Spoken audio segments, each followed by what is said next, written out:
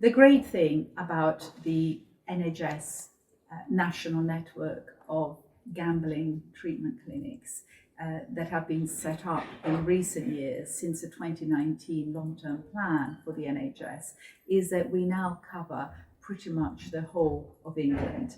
And if anyone has a problem or wonders whether they might have a problem or wants to discuss gambling and gambling harm, they can literally Google NHS gambling clinics and all the clinics will come up. We work remotely or face-to-face.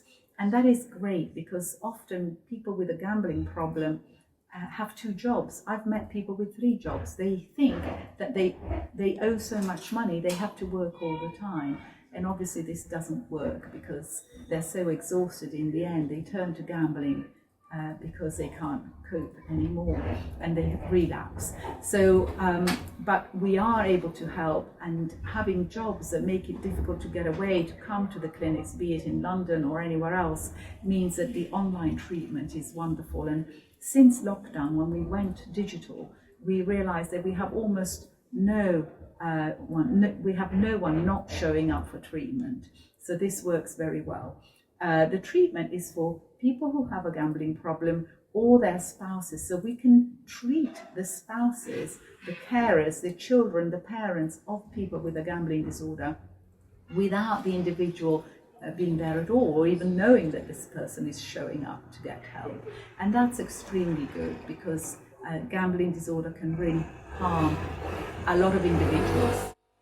Gambling disorder can really harm family members, children included. They grow up very, very anxious and fearful for their own future and whether they will get ill themselves. There are things that we call stimulus control, things that in psychology are focused on making it hard for you to access the behavior that is toxic to you. An example of this would be that all our patients, when they arrive in treatment, are absolutely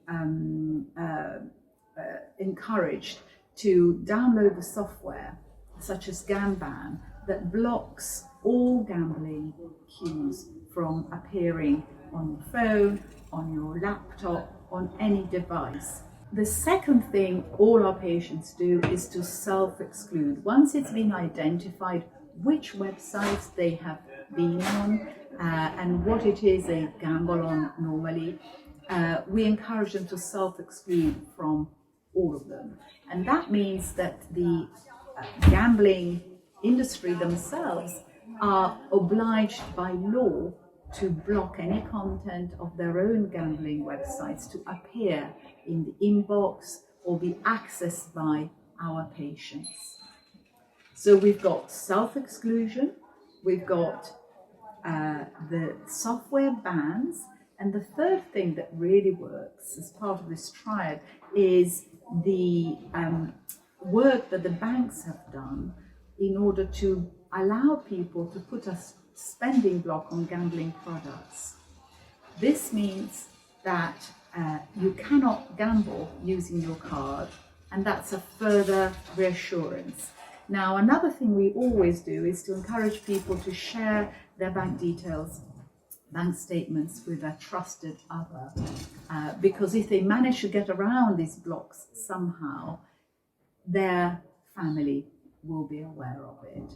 And lastly, and this is something we came to later on, is we realized that people were still, when they couldn't gamble online anymore, they were still going to bookmakers and gambling with cash. So we now encourage people to put a £20 limit on their cash withdrawals.